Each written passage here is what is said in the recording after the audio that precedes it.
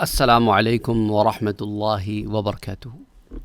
ایک بچی کا سوال آیا تھا، میڈیکل کی اسٹوڈنٹ ہے، اس نے سوال مجھ سے کیا تھا کہ سر یہ کیا بات ہے کہ اللہ عز و جل نے امیروں کو یہاں بھی دیا ہے اور وہ جنت میں جائیں گے تو وہاں بھی انہیں ملے گا، تو یہ تو سمجھ میں نہیں آتی بات، یہ تو کوئی ناانصافی معلوم ہوتی ہے۔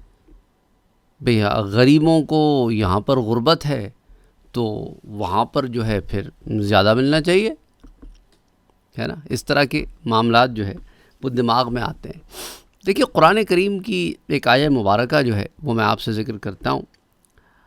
سورہ العادیات میں اللہ تعالیٰ فرماتا ہے کہ ان الانسان لربہ لکنود، انا بے شک، وداؤٹ اے ڈاؤٹ، الانسان دا ہیومن یا ہیومن ریس کی بات ہو رہی ہے، سب انسان شامل ہیں اس میں، مسلمان غیر مسلم سب، لربہ اپنے رب کا، لکنود بڑا ناشکرا ہے۔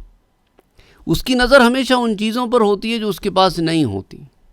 آپ امیروں سے جا کے پوچھیں نا تو ان کے اندر بھی ایک ناشکرا پن ہوتا ہے۔ دور سے آپ کو نظر آ رہا ہوتا ہے کہ یار یہ تو مرسڈیز میں جا رہا ہے، یہ تو بی ایم ڈبلیو میں جا رہا ہے، یہ تو آڈی چلا رہا ہے۔ ان کے اندر آ کے جا کے بیٹھے نا آپ تو اتنی آپ کو ایسا لگے گا کہ انہیں اللہ نے کتنا دیا ہے اور پھر بھی یہ ایسے ایکٹ کر رہے ہیں جیسا ان کے پاس کچھ نہیں ہے۔ ایک ہوس، یہ بھی چاہیے، وہ بھی چاہیے، یہ بھی لے لیں، وہ بھی لے لیں۔ ان کی محفلوں میں مجلسوں میں جا کے بیٹھیں، کبھی ہمیں موقع ملتا ہے، ہر طرح کے لوگوں میں بیٹھتے ہیں، پتہ چلتا ہے کہ ان کی باتیں کیا ہوتی ہیں۔ یار فلاں گر گیا ہے، فلاں چیز گر گئی ہے، فلاں اٹھا لو، فلاں انویسٹ کر لو، فلاں پراپرٹی بائی کر لو، یار وہ فلاں بزنس جو ہے نا یار اس کے فلاں تو فلاں، یہی باتیں چلتی رہتی ہیں ان کی محفلوں میں۔ اس لیے ان کے ہاں مجھ سے زیادہ بیٹھا نہیں جاتا، میں تھوڑی دیر میں اس طرح کے لوگوں کے پاس سے اٹھ کے آ جاتا ہوں۔ بلاتے ہیں جاتا تو ہوں اب، لیکن یہ ہے کہ میرا دل نہیں لگتا ان باتوں میں۔ ان کے اپنے جھنجٹ ہیں، ان کو جب کب جی بس ٹھیک ہے جی، غریب لوگ ہیں جی، روزی روٹی چل رہی ہے، وہ کروڑ پتی ہے بس ملینئر ہے، لیکن بس بس جی اور بس جی اور بس جی، تو روتے وہ بھی رہتے ہیں، غریب بھی روتا رہتا ہے۔ تو مسئلہ کیا ہے کہ انسان ناشکرا ہے، دیٹس the point۔ اچھا، جس کو یہاں زیادہ دیا گیا نا اس پہ ذمہ داری بھی زیادہ ہے، سمجھ آئی بات؟ دیکھیں نا سورہ بقرہ اٹھا کے دیکھیں، اللہ تعالیٰ کیا فرماتا ہے؟ جو تمہیں دیا ہے اس میں سے دو۔ شروع کی ابتدائی آیات پڑھیں نا آپ، کیا کہتا ہے اللہ تعالیٰ؟ مما، جو رزق تمہیں دیا ہے اس میں سے کیا کرو؟ اس میں سے انفاق کرو، دو۔ تو وہ نہیں دیں گے تو پکڑے جائیں گے، سمجھ آ رہی بات؟ اس لیے جو غریب آدمی نیک ہے اس کا حساب تو بڑا آسانی سے کلیئر ہو گیا نا، وہ تو جلدی جنت میں چلا جائے گا، ایمان والے کی بات کر رہا ہوں۔ اور جو ایمان والا بہت پیسے والا تھا تو اب حساب بھی ذرا لمبا ہو سکتا ہے، سمجھ آئی بات؟ اچھا، جنت میں چلے تو جائیں لیکن سب کو ایک جیسا ہی لیول ملے ضروری تو نہیں ہے۔ ایون ایک لیول بھی مل جائے تو ہر ایک کی جنت تو جدا ہے، اس میں نعمتیں تو الگ الگ ہوں گی۔ تو اب ہم اگر یہ کوشچن اٹھائیں تو معاذ اللہ، استغفر اللہ العظیم، ہم اللہ کے انصاف کے اوپر کوشچن اٹھا رہے ہیں، اس کے بانٹنے پہ کوشچن اٹھا رہے ہیں، اس کی تقسیم پر کوشچن اٹھا رہے ہیں، استغفر اللہ العظیم۔ جس بچی نے میسج کیا بڑے غصے میں تھی۔ اب ہمارے ہاں سوالات بہت آتے ہیں، ہر سوال دیکھ کے بندہ رائٹ اوے تو جواب نہیں دے سکتا۔ کبھی ایسے ہوتا ہے نا، میں سوال دیکھ لیتا ہوں پھر نوٹ کر لیتا ہوں کہ اس کی باری آئے گی تو جواب دے دیں گے، اب ہم یہی کام کرنے تو نہیں بیٹھے ہوئے۔ اب وہ غصے میں آ گئی، ناراض ہو گئی، کہنے لگی تم اپنے آپ کو سمجھتے کیا ہو؟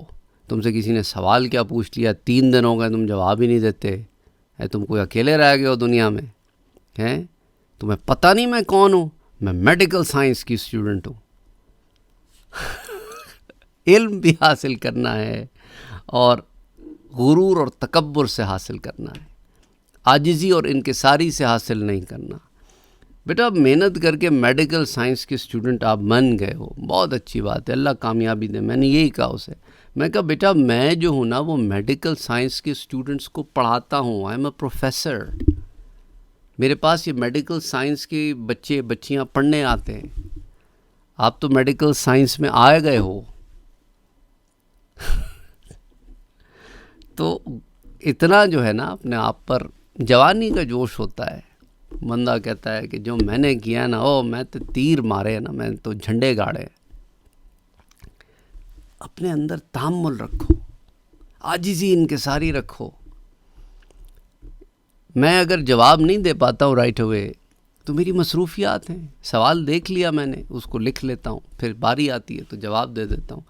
کیونکہ آپ اکیلے تو نہیں ہو نا، آپ جیسے کتنے لوگ ہیں، کوئی 10 دن سے بھی لوگ انتظار کر رہے ہیں، کوئی 12 دن 15 دن سے انتظار کر رہے ہیں. تو کبھی کبھی جب لوگ اس طرح کا بیہیویئر کرتے ہیں نا، مجھے دکھ ہوتا ہے. کبھی میرا دل کرتا ہے میں ان کو تو جواب دوں ہی نہ، لیکن میں کہتا ہوں نہیں، ان کو جواب دینا پہلے اس لیے بنتا ہے کیونکہ یہ ویسے ہی بفرے ہوئے ہیں. کہیں ہماری کسی غلطی کی وجہ سے یہ فلپ نہ ہو جائیں، اس لیے ضروری ہوتا ہے کہ ان کو پہلے ایڈریس کیا جائے. تو بہرحال اینی وے، تو ان کی باری بھی آ گئی جواب کی، اور تو اس لیے میں نے کہا کہ انہیں ایڈریس کر لیا جائے. حضرت عبداللہ ابن عباس رضی اللہ تعالیٰ عنہ صحابی رسول ہیں، حضور کے چاچا کے بیٹے ہیں. آپ فرماتے ہیں کہ ناشکرے سے یہاں مراد کیا ہے؟ وہ انسان ہے جو اللہ کی نعمتوں سے مکر جاتا ہے. نعمتیں سب کو ملی ہیں، نعمتیں سب کو ملی ہیں، وہ نعمتوں سے مکر جاتا ہے. اور بعض مفسرین نے، جیسے تفسیر خازن میں آتا ہے، یہاں ناشکرے سے مراد گنہگار انسان لیا ہے. اور تفسیر خازن ہی میں آتا ہے کہ بعض مفسرین نے اس سے مراد وہ انسان کو رکھ لیا ہے جو مصیبتوں کو تو یاد رکھتا ہے اور نعمتوں کو بھول جاتا ہے. آپ کا میڈیکل سائنس کا اسٹوڈنٹ بننا اللہ کی نعمت ہے کہ آپ ان لوگوں میں کوالیفائی کر گئے ہو. ہمارے ہاں آپ کو پتہ ہے میڈیکل سائنس کے لیے کتنے پاپڑ بیلنے پڑتے ہیں، ایک سرٹن پرسنٹیج ہٹ کرنی پڑتی ہے، کوٹا سسٹم ہے، پھر سیٹس کا سسٹم ہے. تو کبھی یاد رکھنا کہ زندگی میں اللہ عز و جل کوئی نعمت عطا کرے نا، تو اس نعمت کو اپنے فخر کا ذریعہ نہ بنانا، ورنہ نعمتیں چھنتے دن نہیں لگتے. اللہ محفوظ رکھے سب کو. بتا رہا ہوں، میرے تو ایسے شاگرد آتے ہیں، ایک ایٹیٹیوڈ ہوتا ہے. یہ ایٹیٹیوڈ والوں کو میں نے زندگی میں کبھی سکسیسفل ہوتے ہوئے نہیں دیکھا. غرور ہوتا ہے ان میں، غرور اللہ کو پسند نہیں ہے. تکبر نہ کرو کبھی، اور ناشکری تکبر پیدا کرتی ہے. شیطان نے شکر گزاری کے بجائے ناشکری کا راستہ اختیار کیا اور تکبر پیدا ہو گیا اس میں. انا خیر من خلقتنی من نار و خلقتہ من طین، مجھے آگ سے پیدا کیا، آدم کو مٹی سے پیدا کیا، میں بہتر ہوں اس سے. وہ شکر گزار نہ ہوا، ناشکرا ہو گیا. جو اس کو ملا تھا اس پر شکر گزار نہ ہوا، اسے اس چیز کی طلب ہوئی جو اس کے حصے میں نہیں تھی، تو اس لیے وہ ناشکری کا شکار ہو گیا. تو بہرحال یاد رکھیں، زندگی میں آپ اپنے آپ کو وہاں رکھیں جہاں پر ایک بندے کو ہونا چاہیے. اور دیکھیں جنت میں بھی جب لوگ داخل ہوں گے نا، تو غرباء اور فقہاء پہلے داخل ہوں گے اور پھر بعد میں بعض والے لوگ داخل ہوں گے. اور یاد رکھو، کسی کو اللہ تعالیٰ جب نوازتا ہے نا، دیتا ہے، تو کبھی ایسے بھی ہوتا ہے نا کہ اس سے پھر 100 لوگوں کے کام بھی کراتا ہے. اور کسی کو کم دیتا ہے تو اسے کبھی 100 برائیوں سے بچا بھی لیتا ہے. قرآن میں آتا ہے کہ کبھی ایسے بھی ہوتا ہے کہ عسیٰ ان تکرہوا شیئا وہو خیر لکم، تمہیں ایک چیز سے کراہیت محسوس ہوتی ہے پر تمہارے لیے اس میں اچھائی ہوتی ہے. وعسیٰ ان تحبوا شیئا وہو شر لکم، اور بعض چیزیں تمہیں بڑی اٹریکٹ کرتی ہیں پر تمہارے لیے نقصان دہ ہوتی ہیں. اللہ جانتا ہے کہ کس کو کیا دینا ہے، کتنا دینا ہے. ٹھیک ہے، تو یاد رکھو کہ قیامت کے دن نعمتوں کا حساب ہوگا. I hope I was able to answer your question. So don't be disheartened. یہاں تقسیم ہر ایک کی الگ ہے، لیکن اس کا مقصد کسی کے ساتھ ناانصافی نہیں ہے. جنت میں بھی لوگ اپنے اپنے عملوں کے حساب سے نعمتوں کو پائیں گے، اللہ کے فضل و کرم سے داخل ہوں گے. صحابہ میں بھی ہر ایک کا الگ کیٹیگرائزیشن تھی. کوئی حضرت عثمان نے غنی جیسا غنی تھا،